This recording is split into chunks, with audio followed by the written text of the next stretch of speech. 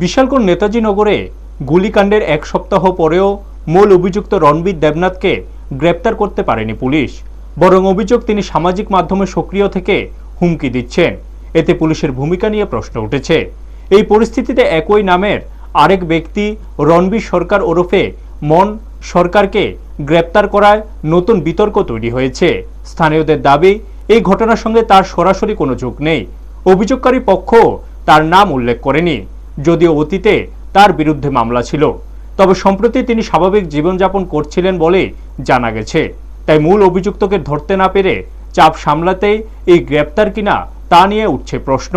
এদিকে গ্রেপ্তারের সময় তার বাড়িতে ভাঙচুরের অভিযোগও উঠেছে পুলিশের বিরুদ্ধে। সব মিলিয়ে ঘটনাটি ঘিরে চাঞ্চল্য বাড়ছে। ব্যুরো রিপোর্ট, নিউজ তৎকাল 24। দরকার, এখন তারা পালিয়ে আছে, আমরা নিশ্চয়ই তাদেরকে আমরা মূল এফআইআর লিস্টে যাদের নাম রয়েছে কিংবা মূল অভিযুক্ত হিসেবে যারা বারবার যাদের নাম উঠে আসছে তাদেরকে তো এখনো গ্রেপ্তার করা সম্ভব হয়নি। আমরা চেষ্টা চালিয়ে যাচ্ছি, তারা এখন পালিয়ে আছে, কিন্তু আমাদের তদন্তে বিভিন্ন তথ্য বেরিয়ে এসছে এবং কে এটাতে যারা যুক্ত আছে এটা আমাদের বেরিয়েছে। আমি এখন বলবো না নামগুলো, এই তদন্ত স্বার্থে।